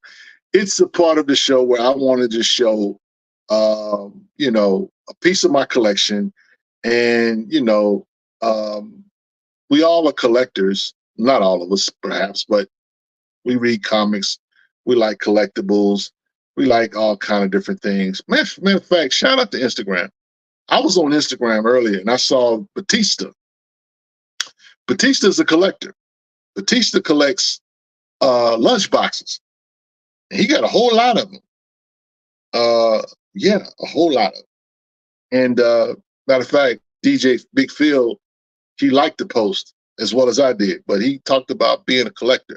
And the cool thing about being a collector is that once you find the things that you like, you got to find something else. So, yeah. So what did Paul say? Life is just not black and white. Most of it's variations of gray. Call it what you want, as long as I can call it what it is. Okay? Call it what you want.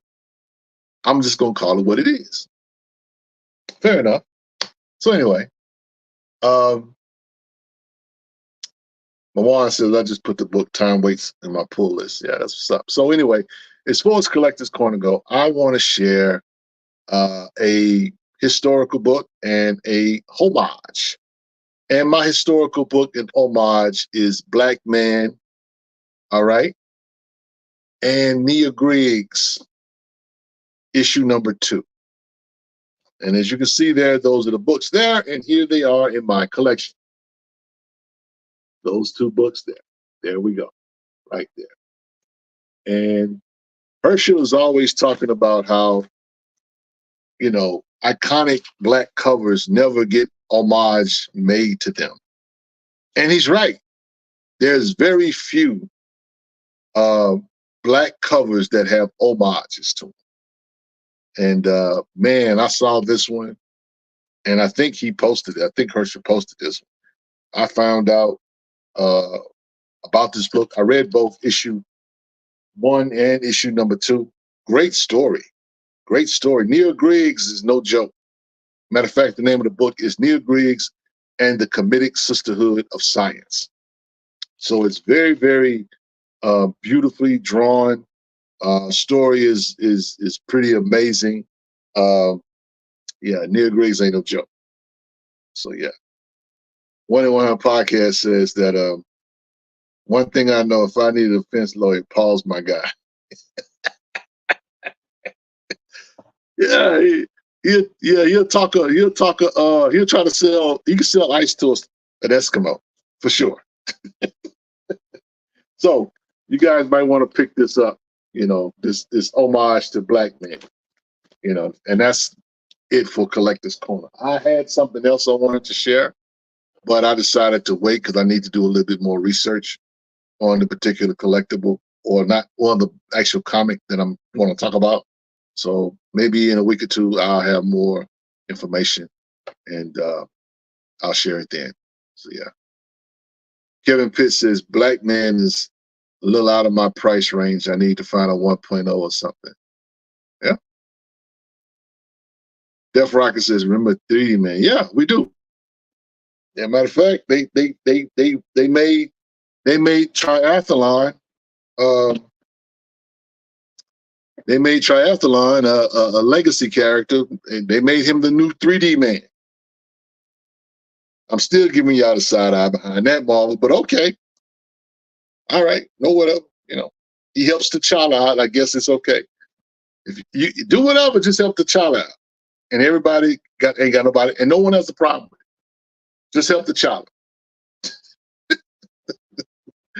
So yeah. So anyway, that's going to be it for that. I want to just talk about tonight before I get out of here. Def Rocker says, "What? Yeah, man. Yeah. Paul, tell Def Rocker about what they did with Triathlon and 3D Man." I don't want to get into it, but suffice to say that that's what they did. They made Triathlon 3D Man, the new 3D Man. I'll say it like that. But yeah, they took an original character, which is what Marvel likes to do, and make him a legacy character. Shout out to Captain America Sam Wilson. Anywho, yeah, let's talk about a tribute to Black Hollywood. You know, it goes down at H-Time. Anyway, I want to just highlight some shows or some movies that we enjoy. We just lost James Earl Jones, and so I figure we'll talk about Hollywood tonight. NBA Live Girl, what's good? He says, can anyone share the difference between Brother Man first print, second print, third print? Well, I can tell you that the first print, let me see. Do I have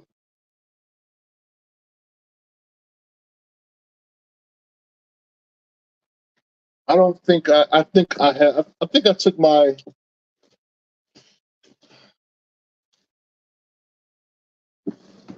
man, you would ask me about that tonight. I took those let me look. I might be able to give you an answer. NBA Live Girl. I think I took the books. Yeah, I took my Brother Man books to the storage. I just took them to the storage yesterday. But suffice to say that the first print will say it'll have the original address of the company. The second prints don't have that. Now, some will say that all you got to do is look at the cover, and one's a little bit darker or darker gray, the second and third prints. But yeah. Now, it's hard to find the first prints, but the first print will have the original address. I wish I had the books here to show you, because I do have first print and second prints of issue number 1. So yeah. So that's with that. So anyway, let's talk about Black Hollywood. So I had Derek pull up some clips of some of our favorite nerd shows and TVs. And there we go with Meteor Man. But James Earl Jones was in that as well. First black superhero movie film, Robert Townsend had the Golden Lords. The Golden Lords are in the Marvel 616. Shout out to Herschel for pointing that out. And that's the Meteor Man movie adaptation. And of course, we know that they went on to do a Meteor Man 6-issue mini of that creation as well. So yeah. So shout out to all of you guys who are Meteor Man fans. I enjoyed it for what it was. I thought it when it first came out, it was cheesy, but it's like I like to say, it's our cheese. So we're gonna poke fun at it, but we're gonna prop it up as one of the best things that we as nerds have had to enjoy. So there's Meteor Man, and of course we go to the next slide. We can't talk about Meteor Man. We don't talk about Blank Man. Shout out to Damon Wayans and David Allen Greer. Blank Man is funny to me because, you know, I'm not sure what the timeline is, but I do know that Damon Wayans had a skit or a character called Handyman on the Living Color show. And, you know, he would say, never underestimate the power of the handicap. And we didn't know at the time, we know now, but we didn't know at the time that he was born with a disability. He had a club foot. And so between doing that skit on Living Color and then creating this movie Blank Man, which is hilarious, is one of the best, cheesiest superhero movies that there is literally a spoof satire for superhero stuff. It is, I love it. It is hilarious. His scenes with him and Robin Givens are just funniest to me. They are just crazy. And yeah, man. The Rich says they need him to write something for Marvel or DC. Yeah. Jeff Rocker brings up Hancock. Hancock was all right, man. It was cool. So what else we got, Derek? Here's one from back in the day. Mantis. Carl Lumbly, who was playing Isaiah Bradley in the Falcon and the Winter Soldier or in the Captain America movie. But before he was doing that, he played a superhero called Mantis. And you can find Mantis episodes on YouTube. And yeah, it was pretty good. It was Afrocentric in nature. It was really something before its time.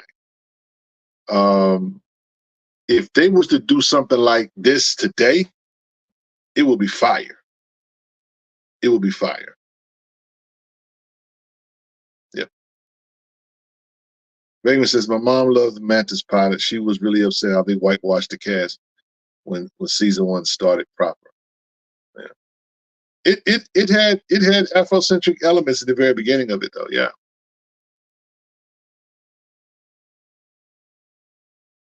In the Spider-Man 7285, Colin was also in the DCAU, Martian Manhunter. So that was one of the things that have been lost to time as well. But you can find a lot of those episodes on YouTube. So yeah. King Sigma said, I'm still mad we never got Mantis action figures. Oh yeah. I wish they would have did a comic book. That would have been cool. Yep. So that's what we got.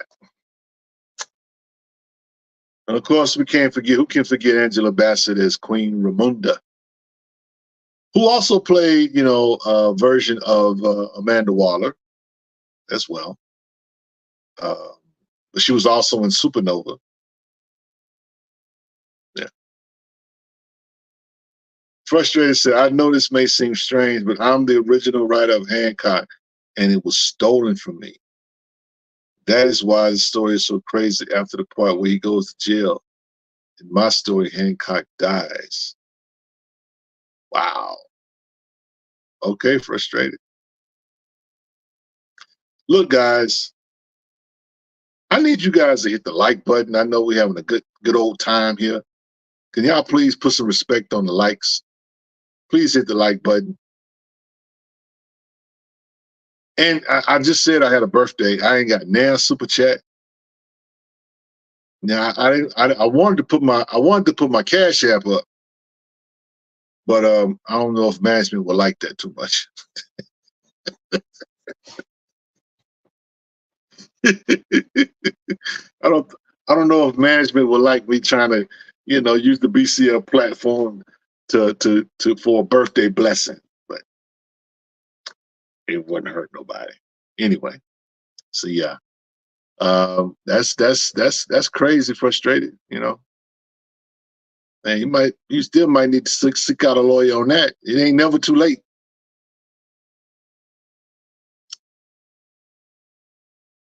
NBA Live Girl asks a question. Thank you, King Sigma.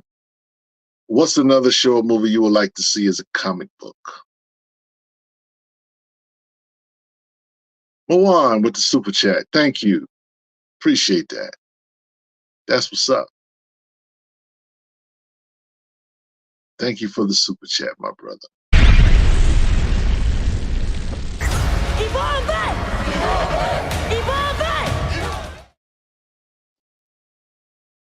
Paul says we will not be doing that again. What are you talking about? I didn't do anything. I just said it was my birthday. They giving super chats to BCL, not to me. I didn't put my Cash App up, Paul. I ain't did nothing. He said, hey, the Texans are up. And they got, that's what's up. Yeah. And Paul, I'm taking one for the team. Now, I would like to believe that if the Miami Hurricanes were playing on a night that you and Mark would do a show that y'all probably not gonna do a show. But your man's, the dollar bin bully, short box Stan, long box Lenny, OG dollar bin bully Richard is right here holding it down. Then did an interview already and still rolling. I'm just saying, bro. Is that how you treat the help? Is that how you treat the help, my brother? But to answer the question, I would like to see, as far, you know, Supercell might be a comic book worthy thing. Yeah, I think Supercell would be dope. I do know they're going to do issue. I mean, season 2. So yeah. Laquan says, "Tell him, Rich." Yeah, that's what's up, man, for real. So anyway, what else? What else we got? Frustrated with the super chat.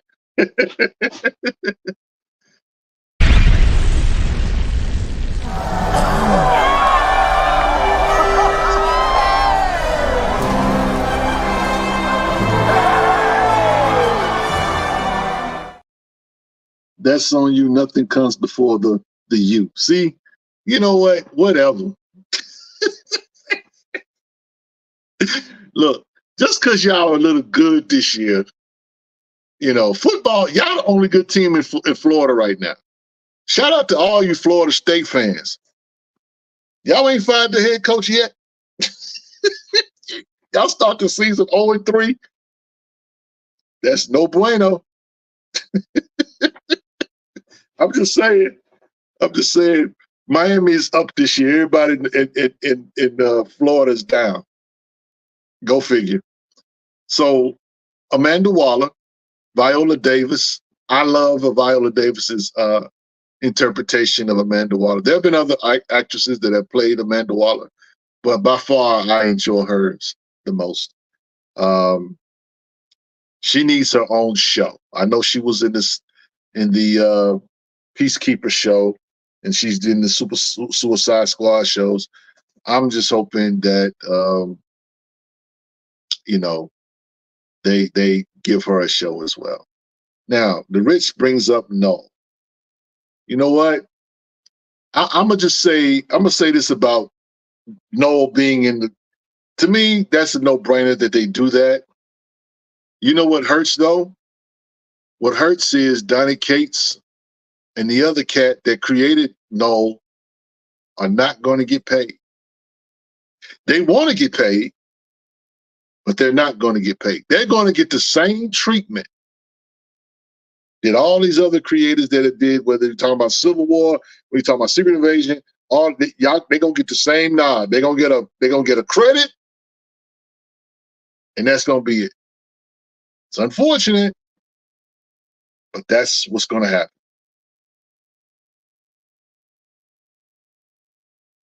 I don't know. So yeah. So anyway, that's what's going on with that. What else we got there? Avery Brooks. Shout out to Captain Cisco of Deep Space Nine. Also, A Man Called Hawk, which by far is, in my opinion, one of the most grossly slept on series, one season series ever made. It was a spinoff of Spencer for Hire, but I love that show with him and Moses Gunn. That was pretty cool. You can find some of those episodes as well on YouTube. If you've never seen A Man Called Hawk, you should go and get that. I think they didn't want that man to walk around because a man with a big old cannon that he was carrying, dressed well.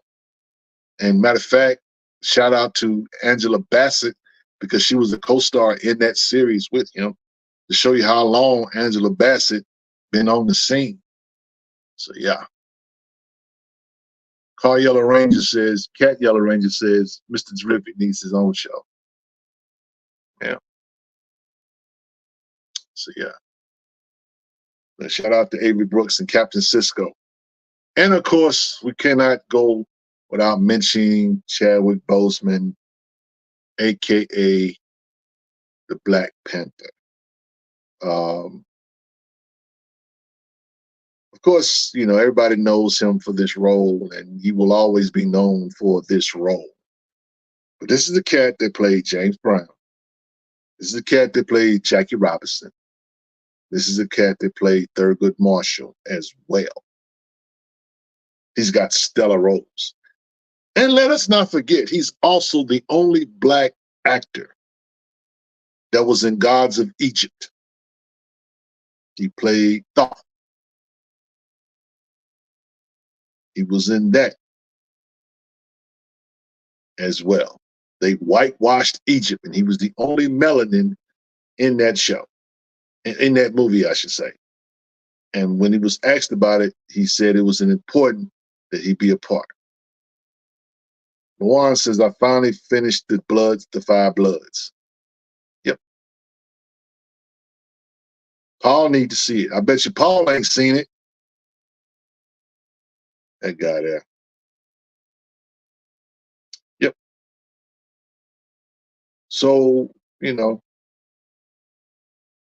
Black Hollywood's been doing this thing for years. It's had to fight for every inch. Nothing was given to us in this area. These positive images are so important to have. And as kids, we watched everything. It didn't have to be Black for us to enjoy it. We watched everything. But when we saw our faces on screen, it was special.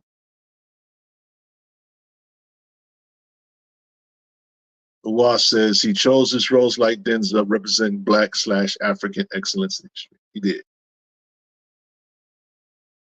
He did. There's a lot for us to be proud of, guys, when it comes to the work that Chadwick did and others, and Denzel Washington. Denzel has done some incredible work, but he hasn't done any. Paul says, I refuse to watch that movie. Why? You gonna cry anyway. Just watch it, bro. It's beautiful. It's beautiful. I'm saying go watch that. Don't watch Ma Rainey's Black Bottom. Don't watch that, because you might really cry if you watch that. That was like the last one he did, the very last one he did. I know some people like to think 21 Bridges might have been the last one. I think that was the last one he did. He put a lot of passion in that role in Ma Rainey's Black Bottom. That's the movie he did with Viola Davis for Netflix. Def Rocker asks, did he want to play Hannibal? I'm not sure. I know Denzel was up to play Hannibal at one point. Yeah. Gaming While It's Hot says Black Bottom was so good. Oh yeah. Oh yeah. Oh yeah. Oof. Man, he was the star in that movie. Even though it was supposed to have been Viola Davis's movie, per se, he was the star of that movie. Whoo, man. But but we'll always love Chadwick Boseman for his role as T'Challa. Man. And it's sad that it's almost like a one-off, you know what I'm saying? They should have recast the character. Everybody knows that, but I'm just happy we got that, because that's a piece of art. That's not a comic book movie. That is literally a piece of African Central art. Yeah. So yeah, shout out to him. Shout out to everybody. So, man, look, we 2 hours in. I wanted to just come on tonight and talk about, talk with Kevin about the, his thoughts about the clip that Herschel did and talk about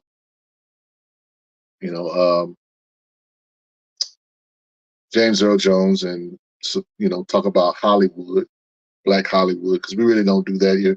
We're a comic book group, you know what I'm saying? And for us, it's all about the comics or whatever, but I like to sometimes play outside the long box and deal with different things or whatever, and let that be what it is. As far as things that I read this week,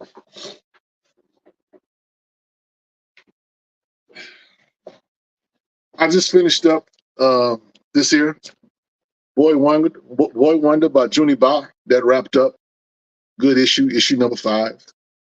That was cool. Misery just wrapped up as well. This is issue number 4. Kind of weird, didn't end like I thought it would, but they kind of alluding that she's going to be in other books, so we'll see. Absolute Power, of course, issue number 3. Read that. The Inquisitors, issue number 4, I think it says. No, 3, I'm sorry, by Rodney Barnes. Real good issue. Real good issue. Rodney Barnes can flat out right, bro. That's just it. Did I read the new Philadelphia? The last Philadelphia just came out? Yeah.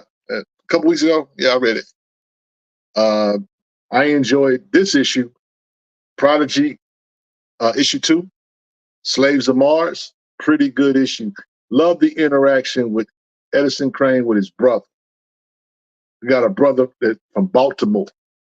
I thought Edison Crane was just a high value Negro. He got real bruh. He got a real brother. And of course, Black Panther, Ultimate Black Panther, issue number 8. Very good issue. I know Paul and Mark talked about it the other night, so we'll see. It was all right. I mean, I enjoyed the issue for what it was. They keeping this thing going, and what can you say? It's been great. It's been a great book. But I want to show you something something a little different. But before I show you something a little different, issue number 4, Profane.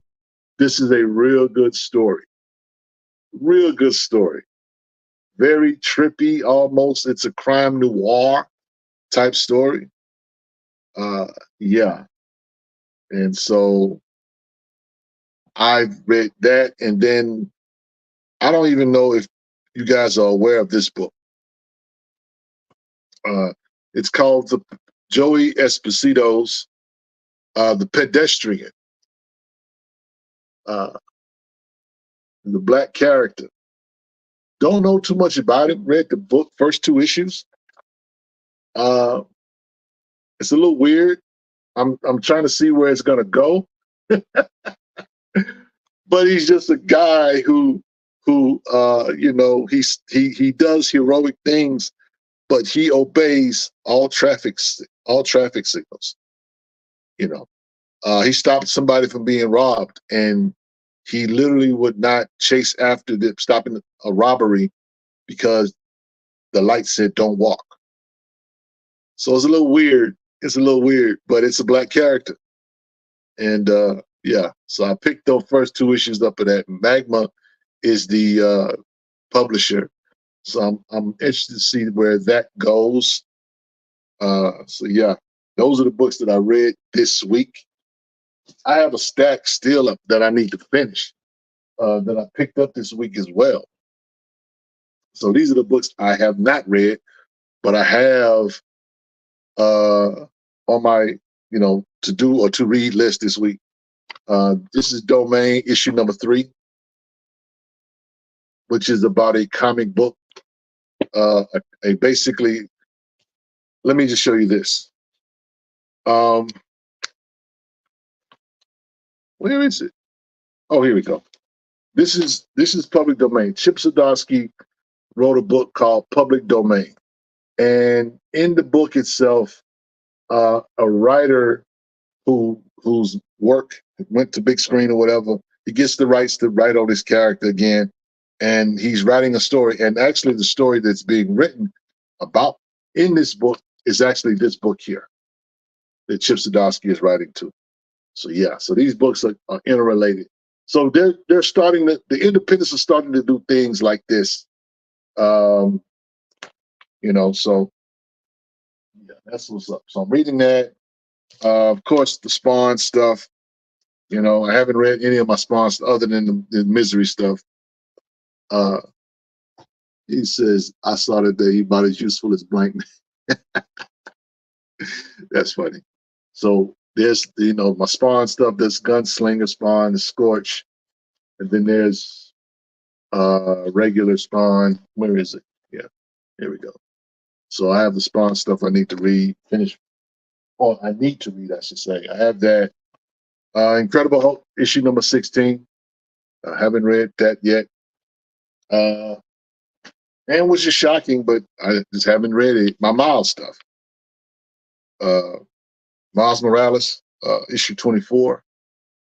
I got that to read. And then the Spectacular Spider-Man, issue number 7. I got to read that. So yeah, those are the few books that I have left to read this week. I am on vacation this week. And so I am going to be chilling this week. So I wanted to do a dope show this week. So your boy gonna, you know, relax a minute, you know, take some time to smell the roses, you know, that kind of thing. So yeah. With that said, man, we're 2 hours in. I'm gonna go on and get out the way. I'm gonna give you guys the benediction. The benediction comes from a scripture that we quoted earlier tonight when we were talking with Kevin Grevioux. And that's from Matthew 6:3. And it says, but when you give to the poor, don't let your left hand know what your right hand is doing, so that your giving may be in secret, and your Father who sees you will reward you. From the stronghold that is Black Comic Lords and Black Superheroes Forever, it's your boy Rich. And until next time, we say peace. Take care of yourselves. I'll see you when I see you. We out.